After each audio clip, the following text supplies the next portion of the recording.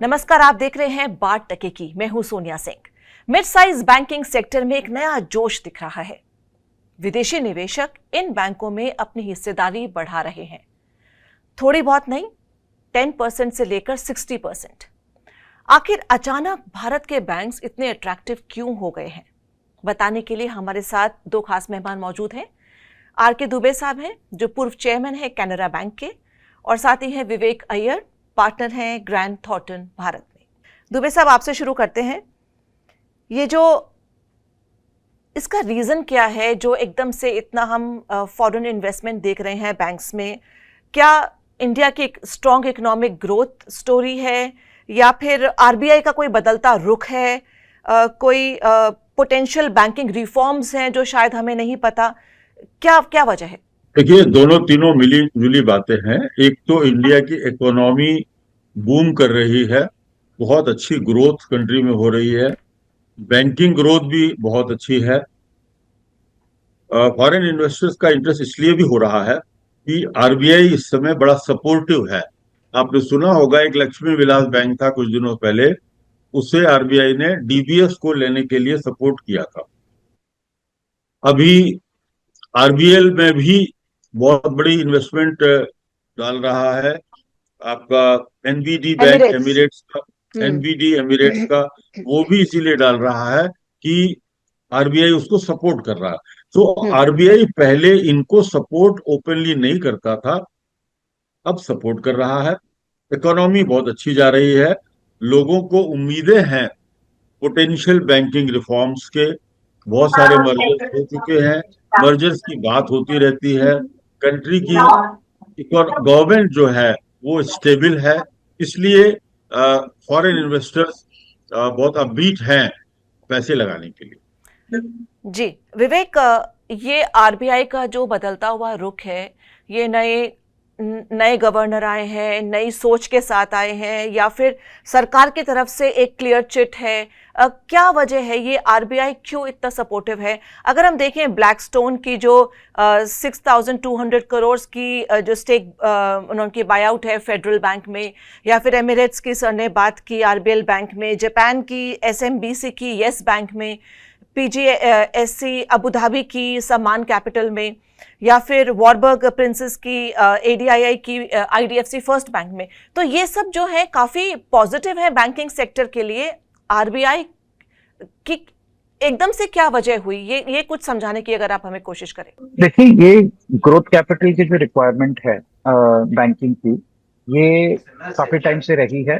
And ये जो ये जो ये जो टोटल रिफॉर्म्स हैं, ये कंटिन्यूम में एक कंटिन्यूम में देखी जाए तो अगर आप देखेंगे तो there was this whole twin balance sheet problem जो थी, वो से रिजॉल्व की गई। जब वो ट्विन बैलेंस शीट बोल banking as well as corporate balance sheet की, उसके बाद there was Covid.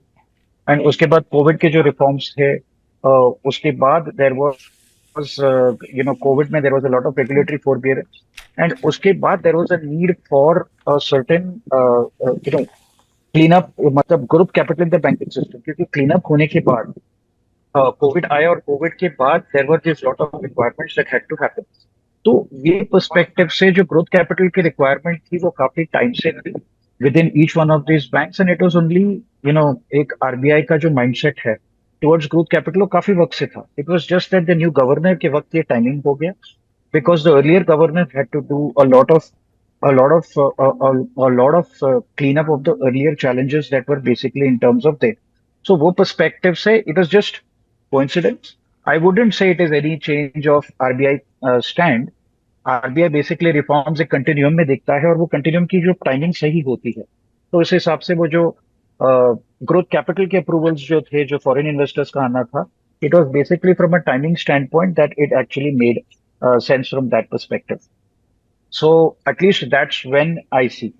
And it is not just कि RBI ने ओके दिया तो इन्वेस्टमेंट आए, मतलब at the same point in time foreign investors को भी जो डिमांड होती है in terms of their desire also to invest, it is also come in at a point in time जब ग्लोबली काफी इन्वेस्टमेंट अपॉर्चुनिटीज है नहीं, और बिकॉज ग्लोबल इकोनॉमी स्लो है, financial services in India is a great option to take an exposure on India, क्योंकि demographic dividend है, financial inclusion हो रहा है, So there is a lot more market opportunity available for growth of banks. और from a diversification perspective, बड़ी अच्छी options है because you take an exposure to the India market at a point in time when the global economy is uncertain. So I think ये सारे factors की वजह से, there is this interest that we are seeing, and RBI is just being an enabler, like it always has been. So at least वो thought रहा है in terms of why we are seeing this burst of investment activity. Dubey ji, जैसे कि अभी विवेक ने भी बताया, तो हम जानना चाहते हैं कि फॉरेन इन्वेस्टर्स की नज़र हमारे मिड साइज बैंक्स पर ही क्यों है? मतलब क्या देखकर वो चूज कर रहे हैं, क्या देखकर डिसाइड कर रहे हैं, एनबीएफसीज क्यों नहीं? जवाब ये है, उनकी नजर दोनों पर है। मिड साइज बैंक्स जो हैं, इनको ग्रो करने के लिए ग्रोथ कैपिटल नहीं है। आपने एक बात मार्क की होगी, पिछले कुछ समय में क्रेडिट ग्रोथ कम हो रही है और डिपॉजिट ग्रोथ ज्यादा भी हो रही है, लेकिन in comparison to past deposit growth कम हो रही है। कासा डिपॉजिट ग्रोथ काफी कम हो गई है सभी बैंकों में। ये क्योंकि डिपॉजिट अब बहुत सारा स्टॉक मार्केट में जा रहा है, बहुत सारा पैसा लोगों के पास, जो इन्वेस्टर के पास है, वो म्यूचुअल फंड में जा रहा है। पहले, आज से 10 साल पहले म्यूचुअल फंड नहीं होते थे, सारे पैसे सेविंग में पड़े रहते थे, करंट में या फिक्स डिपॉजिट सीट पे। अब लोगों के पास इन्वेस्टमेंट ऑप्शन बहुत सारे आ गए हैं, तो बैंकों को ग्रोथ कैपिटल के लिए, अगर उन्हें ग्रो करना है, क्रेडिट बढ़ाना है, CRAR जो है टायर 1 कैपिटल बना के रखनी, मेंटेन 16, 17, 18% के आसपास, तो उन्हें और कोर कैपिटल उनको जरूरत है। और 6,000 करोड़ एक साथ एक छोटा सा बैंक, फेडरल बैंक या आरबीएल बाजार से उठा ले, ये आसान नहीं है, बिकॉज कॉस्ट ऑफ कैपिटल बहुत ज्यादा होगी। अब मैम जरा देखिए, इनको नीड है कैपिटल की, बहुत ज्यादा नीड है ग्रो करने के लिए। ना तो ये बेटर टेक्नोलॉजी ला सकते हैं, इनके पास पैसे नहीं है। स्ट्रॉन्गर गवर्नेंस लगेंगे, अगर इनके कोई बोर्ड मेंबर आ गए तो टाइटर कंट्रोल्स होगा, जो भी एक्सपेक्टेशंस इनकी होंगी वो पूरी हो सकते हैं, और ये लोग कॉम्पिटिटिव बाजार में रहेंगे। वो बैंक जिनको ये नीड ज्यादा है, अगर आप आरबीएल के एमडी का स्टेटमेंट पढ़ें तो he has, Kumar Subramanya, he has very clearly told we were feeling short of funds. कितनी कैपिटल हम रेस करें, कितना ग्रो करें, deposit growth. Now both these demands are immediately met by such capital. इनको क्या फायदा है कि इंडिया में ग्रोथ के चांसेस, सारे बैंक बहुत अच्छा कर रहे हैं, बैंकिंग इंडस्ट्री बहुत कर रही है, सारे बैंकिंग इंडस्ट्री का प्रॉफिट यूज हो रहा है। पिछले 2 क्वार्टर में, 3 क्वार्टर में प्रॉफिट जितना हुआ है, इतना पिछले 10 साल में नहीं हुआ है। When banking industry is growing well, they need funds. There are somebody who has funds. Economy is growing, so they are putting money. Second, this is the reason for mid-size bank. अब देखिए mid size क्या, आपने देखा होगा IDBI bank तो mid size नहीं, बड़ा bank है। इसमें भी ओक ट्री कैपिटल लेके आ रहा है पैसा, फेयरफैक्स फाइनेंशियल लेके आ रहा है पैसा, even Kotak Mahindra is trying to put bid on that. IDBI bank में तो जो गवर्नमेंट और एलआईसी की 94% इक्विटी है, इसमें से 40, 50, 60% मेजॉरिटी स्टेक ये 2-3 लोग ले जाएंगे। आरबीएल में मेजॉरिटी स्टेक आ रहा है, Blackstone will have only minority stake. Yes Bank में भी लगभग मेजॉरिटी स्टेक के आसपास एसएमबीसी पैसा डाल चुका है। आपने देखा सीएसबी बैंक में भी, कैथोलिक सीरियन बैंक में फेयरफैक्स फाइनेंशियल का 40% माने जो है मेजॉरिटी स्टेक है। आप पूछ रहे थे कि एनबीएफसी में क्यों नहीं, सम्मान कैपिटल में इतना बड़ा इन्वेस्टमेंट कहीं नहीं, कभी नहीं हुआ। ये टॉप 5 एनबीएफसी में आती है, इंटरनेशनल होल्डिंग कंपनी का। अगर आप आगे देखेंगे, ब्लैक स्टोन के ग्रुप ने आधार हाउसिंग फाइनेंस, ये भी हाउसिंग फाइनेंस कंपनी है, इसमें पैसा 6.11% इक्विटी ली हुई है। If you see ASK Wealth, ASK ASK Wealth, there also there is equity from well black. Majority stake as insurance brokers में भी है। अभी तो आप देखेंगे एआरसी में भी पैसा आएगा, जो एआरसी है उनमें भी पैसा आएगा, ब्रोकिंग कंपनियों में, हाउसिंग फाइनेंस कंपनियों में, एनबीएफसीज में। सम्मान कैपिटल से शुरुआत ऑलरेडी हो गई है। सम्मान कैपिटल में तो मेजॉरिटी स्टेक ले लिया है आईएससी ने, एंड आईएससी का क्लाउड इतना ज्यादा है कि सम्मान कैपिटल बाजार से आसानी से पैसा उठा नहीं सकता था। अब सम्मान कैपिटल के फायदे देखिए, इनकी रेटिंग AA थी, ये AAA हो जाएगी, इतना लिक्विडिटी होगी। इनका जो टायर 2 1 कैपिटल है इमीडिएटली जूम कर जाएगा। इनकी कॉस्ट ऑफ फंड इमीडिएटली 1% से 1 to 1.5% कम हो जाएगी। ये जब फंड मार्केट में बॉन्ड वगैरह में डिबेंचर में रेस करते थे, जो जो कॉस्ट थी, जब इनकी कॉस्ट ऑफ फंड कम हो जाएगी, इनकी प्रॉफिट, इनको टेक्नोलॉजी में एडवांसमेंट में इजी होगा। तो दीज जी are the factor which are attracting foreign and investors into mid-sized banks as also into जी NBFCs, good NBFCs which are doing well. Dubey साहब बहुत बहुत शुक्रिया, आपने बहुत इंटरेस्टिंग तरीके से पूरा अच्छे से एक्सप्लेन कर दिया। विवेक, यहाँ पर जैसे आईडीबीआई की बात की है, आईडीबीआई में सेल करना चाहती है सरकार अपना स्टेक, तो उसको लेकर अभी क्या लेटेस्ट न्यूज़ है, जो कि दुबे साहब ने भी थोड़ा सा बताया है। फॉरेन बैंक्स की डिमांड हमेशा रही है कि कम से कम 50% ओनरशिप मिले तभी हमें इंटरेस्ट आएगा उसमें।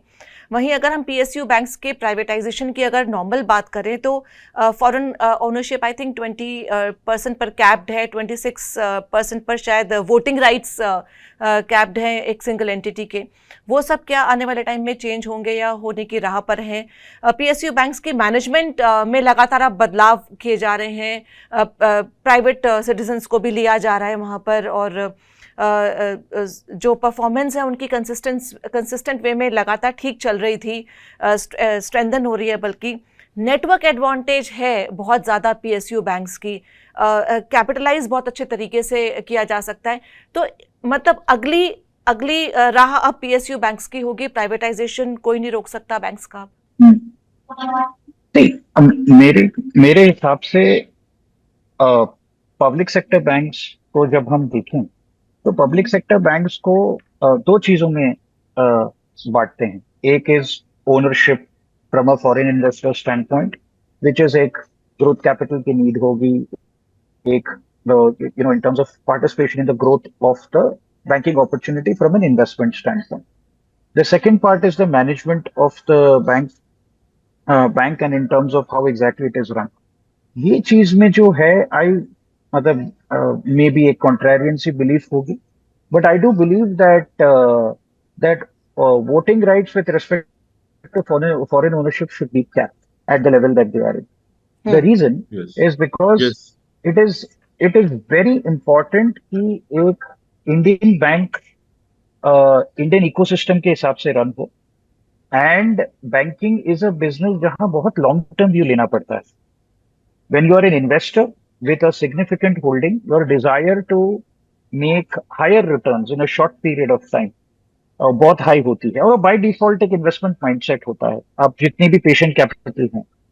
तो उस वजह से आई बिलीव दैट एंड कैसे है कि ये बैंकिंग बिजनेस एक फाइडेंशियरी कैपेसिटी में आप रन करते हो, आपके डिपॉजिटर के पैसे होते हैं, it is not an investors money. उस माइंडसेट की वजह से एटलीस्ट बैंकिंग में आप देखिए कि बैंकिंग में most of the times there is a limit on ownership, voting rights and all of that because of the unique nature of banking business. और बहुत इंपॉर्टेंट होता है कि एक बैंकिंग सिस्टम को एक बैंकिंग की तरह रन कर। अभी एक सिंपल एग्जाम्पल देखता हूँ कि एक पब्लिक सेक्टर बैंक्स हैं, हाँ पब्लिक सेक्टर बैंक्स हैं, मैनेजमेंट नहीं आ सकता है, ग्रोथ आ सकता है, yes there is one side of the argument, but we also need to understand that to a great extent सारे पब्लिक सेक्टर बैंक्स जो हैं वो काफी नेशनल इंटरेस्ट के लिए प्ले करते हैं। Over a period of time हम वो भूल गए कि उनकी अलाइनमेंट जो है is purely to ensure that the goals of the government are met, financial inclusion, network strength, the ability to drive business. Yes there can be a smarter way to do the same things जो एक अच्छी management public sector banks को guide कर सकती है, but to entirely write it off and से ओ private focus, privatisation, वो एक बैलेंस होनी चाहिए वो conversation. I mean that's at least मेरे पर्सपेक्टिव से I believe voting rights, that's why I believe should continue to be the way they are. Ownership limits आप बढ़ा सकते हो, that is basically letting the foreign investors know that if you want to participate in the growth of an organization, growth of a country, you're more than free to welcome it. But the ability to run a business in the context of the Indian economy, you should leave it to the experts and the professionals in this country. That's at least the piece and the thought process I have from a voting right perspective. जी, दुबे जी कुछ add आप करना चाहेंगे इसमें? आप कुछ कह रहे थे और साथ ही जैसे कि जी 26% से अभी कैप को हटाने की जरूरत नहीं। बिल्कुल, और साथ में जैसे जो भी आता है उसको तो बेसिकली अपना पैसा ही कमाना है। पैसा कमाने का एक तरीका आजकल हम देख रहे हैं कि कुछ बैंक में पीछे हुआ था, डेरिवेटिव्स का प्रॉब्लम हुआ था, एकदम से बैंक की शेयर मार्केट में भी बिल्कुल धड़ाधड़ गिरता चला गया वो। तो इस तरह की चीज़ें ना हो, स्पेकुलेशंस ना हो, उसे एक क्विक मनी के रूप में ना देखा जाए और फिर भाई हमारा तो कुछ नहीं जाता, हमें तो पैसे कमाने हैं, उस टाइप की कोई एक फीलिंग ना आए, तो उसके लिए कुछ रेगुलेशन भी देखे जाएंगे। मेरा अपना व्यू है मैडम कि गवर्नेंस में अभी काफी कुछ करना बाकी है। बैंकिंग में, प्राइवेट सेक्टर में आप जिसकी बात करें, इंडसइंड बैंक में जो कुछ हुआ है, या किसी भी पब्लिक सेक्टर बैंक में, ये आसानी से नहीं होता है, क्योंकि पब्लिक सेक्टर बैंक में रिजर्व बैंक के बोर्ड मेंबर होते हैं, बहुत बड़ा वाइड स्प्रेड बोर्ड होता है, हम लोग रहे हैं, हमने देखा है, आप कुछ भी मनमानी नहीं कर सकते हैं। प्राइवेट सेक्टर बैंक्स में कई बार गैप्स रह जाते हैं, तो चाहे वो प्राइवेट सेक्टर बैंक हो, पब्लिक सेक्टर बैंक हो, एनबीएफसी हो, board should be strong and from governance point of view, strong people, even independent directors, CA directors should be taken of integrity so that such things do not happen as they have happened. तो दुबे साहब, जैसे सरकारी बैंकों की ही बात की जाए तो जिस तरह से विजय माल्या वाला केस था, या फिर बाकी जो फ्यूजिटिव्स अब हो गए हैं, जो भारत से पैसा लेके निकल गए हैं, इस टाइप के चीज़ें काफ़ी अब कैप अप तो हो गई हैं, अब नहीं हो रही हैं, तो क्या ये भी एक वजह हो सकती है कि बहुत ज़्यादा इंटरेस्ट पीएसयू बैंक्स में नहीं है विदेशियों का? ऐसा कुछ नहीं है कि उनका इंटरेस्ट नहीं है, अभी उनको एनकरेज करने की जरूरत होगी, तो गवर्नमेंट करेगी एनकरेज, क्योंकि अभी इनको ग्रोथ कैपिटल जितनी जरूरत होती है ये मार्केट से ले रहे हैं इजीली। आप देख लीजिए, चाहे एसबीआई को रेस करना फंड, किसी भी पब्लिक सेक्टर बैंक को 5-6 हजार करोड़ रुपए फंड रेस करना डिफिकल्ट नहीं है मार्केट में, उनकी स्ट्रेंथ के कारण। एक यही वजह है कि थोड़ा सा बैंक कंसोलिडेशन पे भी गवर्नमेंट विचार कर रही है। पहले देखिए 25 बैंक थे, अभी 12 रह गए हैं। अभी हम लोग सुन रहे हैं कि 12 से घट के 3-4 रह जाएंगे, 3-4 नहीं होंगे तो 2 फेज में हो सकता है, पहले 5-6 रह जाएं, उसके बाद 3-4। पर्पज यही है कि स्ट्रॉन्ग कैपिटलाइज बैंक हो हमारे, जो सब तरह का फाइनेंस कर सके और वो रेज फंडिंग आसानी से कर सके, इसीलिए गवर्नेंस उनका स्ट्रांग हो, टेक्नोलॉजी स्ट्रांग हो, और यही वजह है उस समय अगर जरूरत पड़ेगी तो निश्चित रूप से FIIs can put money in the bank, public sector banks also. But right now there is no need for Indian banks to run after them. विवेक जी, ये जो विदेशी बैंक्स आ रहे हैं, इन सब की इन्वेस्टमेंट स्ट्रैटेजी कितनी सेम है या कितनी अलग है, और इंडिया की जो बैंकिंग इंडस्ट्री है उसका लैंडस्केप आप कैसे फिर अब चेंज होते हुए देख रहे हैं? After this what is next? इस सेक्टर के लिए क्या सिग्नल है? और अगर हम स्टॉक मार्केट की भी बात करें तो जो हमारा बैंक निफ्टी है वो तो अब धड़ाधड़ ऊपर जा रहा है, प्रॉबेबली अपना रिकॉर्ड ब्रेक करेगा और आने वाले टाइम में डेफिनेटली करेगा, लेकिन जो हमारे सरकारी बैंक्स थे इलेक्शन से पहले, लोकसभा इलेक्शन से पहले वो बहुत चरम पे थे, आज तक वो अपने उस लेवल पे वापस नहीं जा पाए हैं, तो क्या उनमें कुछ जोश आएगा अब? मैं कोई भी बैंक की परफॉर्मेंस स्टॉक मार्केट के वैल्यूएशन के हिसाब से इवैल्यूएट नहीं करता। एंड परफेक्ट, लेकिन मैं ऐसे इन्वेस्टर्स के लिए भी पूछ रही हूँ, जो अगर हमारे ऑडियंस में कुछ ऐसे लोग हो जिन्होंने बैंक्स में पैसे लगाए हुए हैं स्टॉक मार्केट में। I'll break the response into 2 points. एक होती है स्टॉक मार्केट परफॉर्मेंस जो ज्यादातर सेंटिमेंट के हिसाब से चलती है, एंड इन्वेस्टर सेंटिमेंट के हिसाब से जो वैल्यूएशन होता है, don't get swayed by that. From an investment standpoint, I would basically request each one of the investors from banks as investments are good option, and you have to take a longer, एक 5 से 7 साल की view लेनी होती है आपको कोई भी बैंक को स्टॉक पर, and you will genuinely be able to see value in that from that standpoint. अब जो बैंकिंग लैंडस्केप की बात हो रही है, 2 चीज बहुत जरूरी है। एक है कंपटीशन, बिकॉज कंज्यूमर के स्टैंड पॉइंट से जितनी कंपटीशन होगी उतना बेस्ट होगा, क्योंकि कस्टमर को पाने के लिए जो इनोवेशन होंगी, जो ट्रांसफॉर्मेशन बैंक करेंगे, that will benefit the overall ecosystem. But at the same point in time consolidation भी जरूरी है।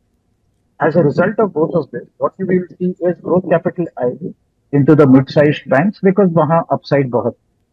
Then in the public sector banks, you will see a lot of digital transformation initiatives. So उनकी network strength है already.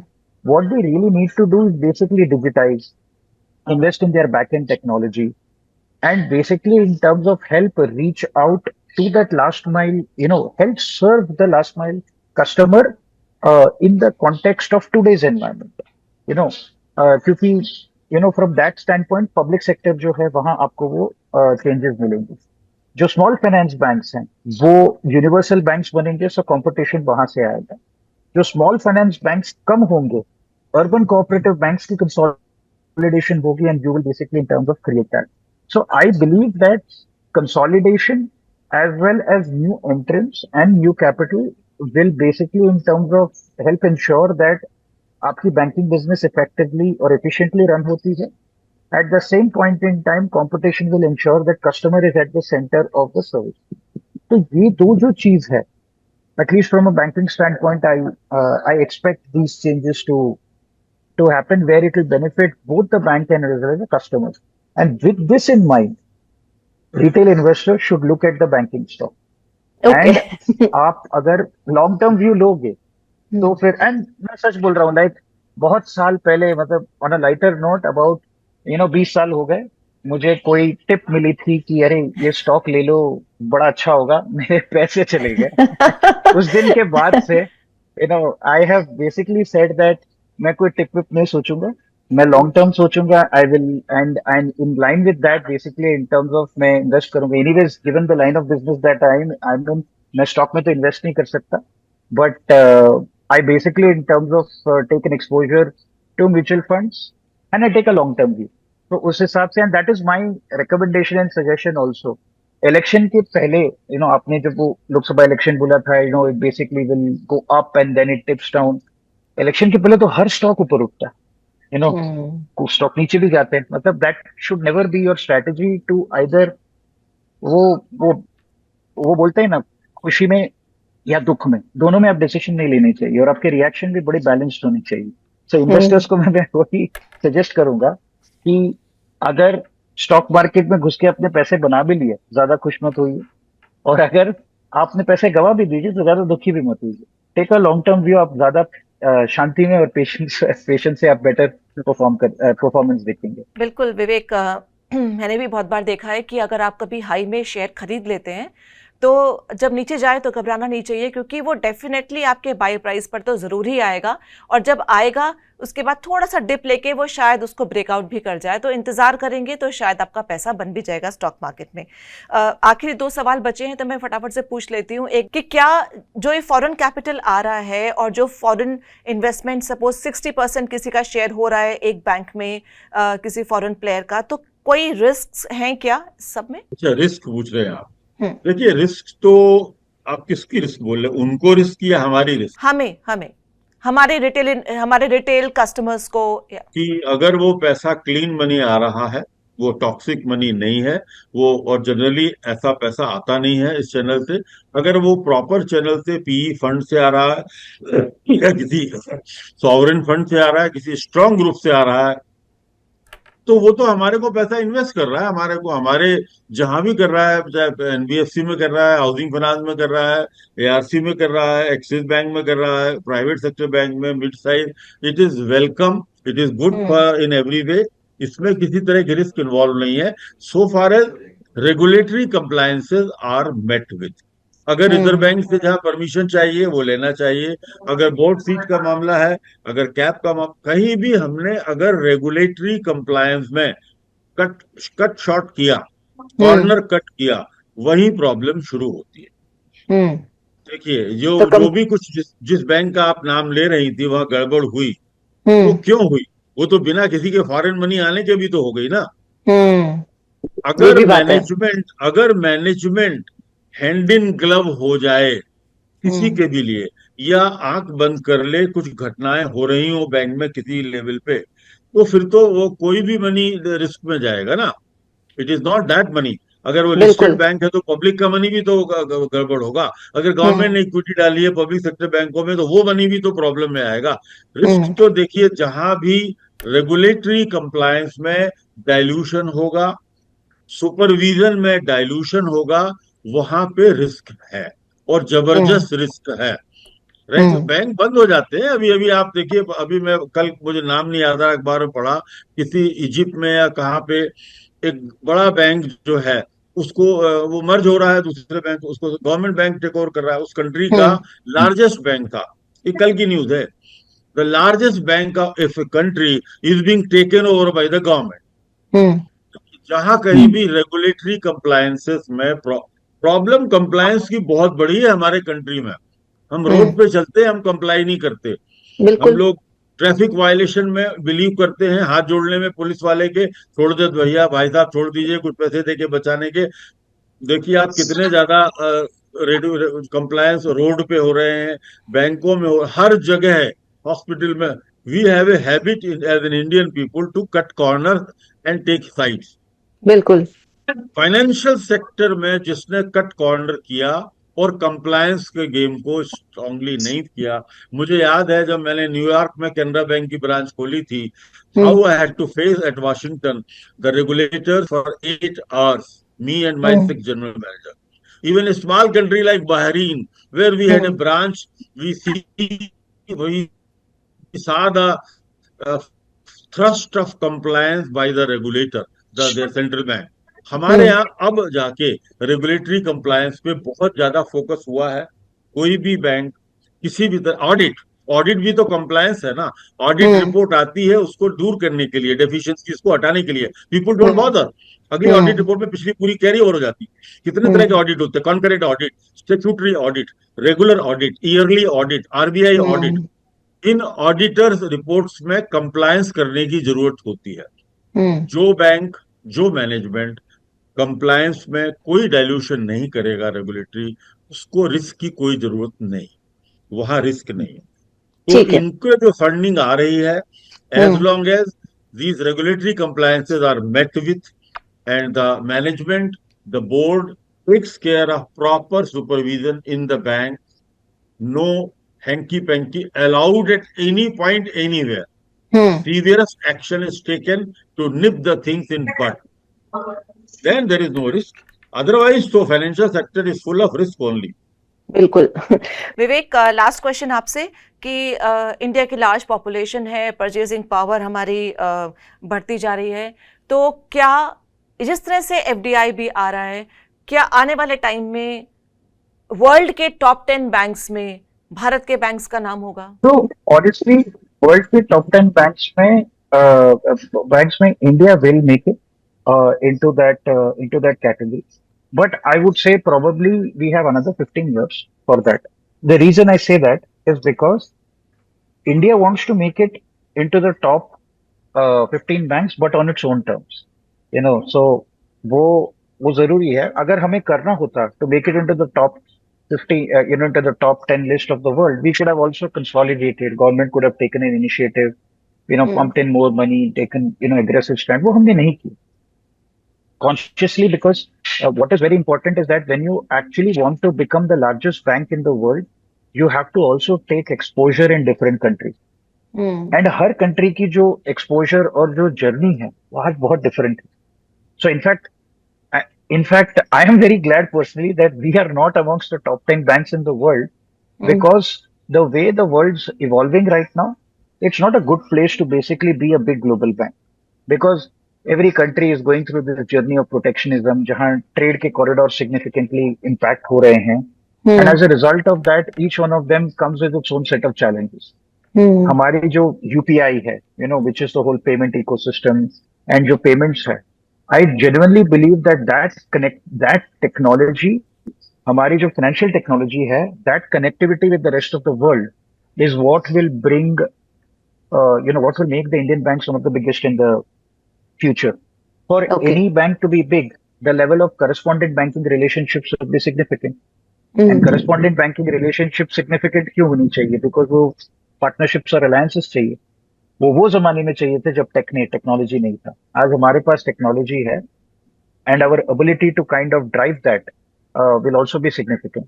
So I believe we will be amongst the largest banks in the world in about the next 15 years. But the journey will be mapped out in the way we see fit. Thank you so much, आप दोनों का हमारे show में भाग लेने के लिए बहुत बहुत शुक्रिया। तो अगर आपको हमारा प्रोग्राम अच्छा लगा तो लाइक कीजिए, सब्सक्राइब कीजिए हमारे चैनल को और हमारे प्रोग्राम को शेयर जरूर कीजिए। नमस्कार।